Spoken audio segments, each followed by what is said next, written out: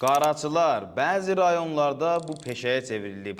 Sağlamdır, işi var, gücü var, bacarar ki bir işin qulpundan yapışsın, amma bunu peşəyə çevrilib. Qazanc mənbəyinə çevrilib ki, öz şəxsiyyətini sındırsın, cəmaatdan pul dilənsin.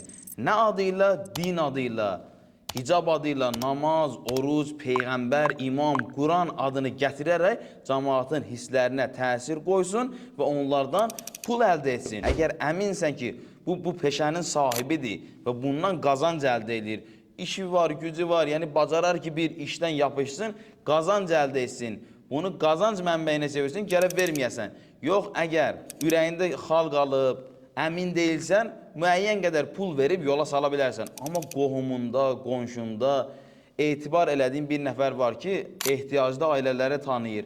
5 manat, 10 manat, 20 manat, 100 manat, 50 manat, nə qədər bacarırsansa ver, ehsandır, sədəqədir, gözəldir. Bəli, həyatdır, insan bir nəfərdən borc alır, bir nəfərə ağız açar, çətin vəziyyətə düşər, çətin hala düşər, kimdənsə dəstək, kömək istəyər. Amma bəziləri öz namusunun adını çəkərək cəmaatın namusunun pulunu mənimsəyir.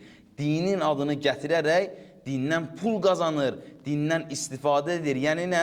Yəni İmam Hüseyn əleyhissalamın adını gətirir, Quranın adını gətirir, deyir möminin adını gətirir. Amma həqiqətdə bu xəbisin biridir. Bu şəxs uşaq qatillərinə səcdə eləyən bir şəxsdir. Bu şəxs Əmir əl-Möminin Əli əleyhissalamı tanımayan bir şəxsdir. Heç Allahı yoxdur, heç imanı yoxdur.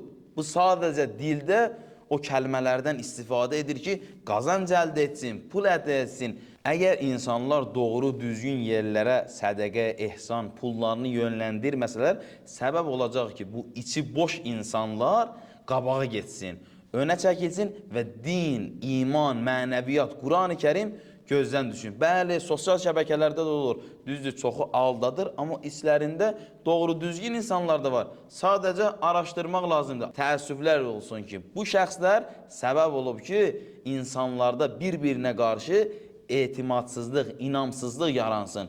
Allah belə insanların bəlasını versin ki, ya bilərəkdən, ya bilməyərəkdən dinə zərbə vurub vəhdəti, birliyi, səmimiyyəti, mehribanlığı cəmiyyət içərisindən pozurlar.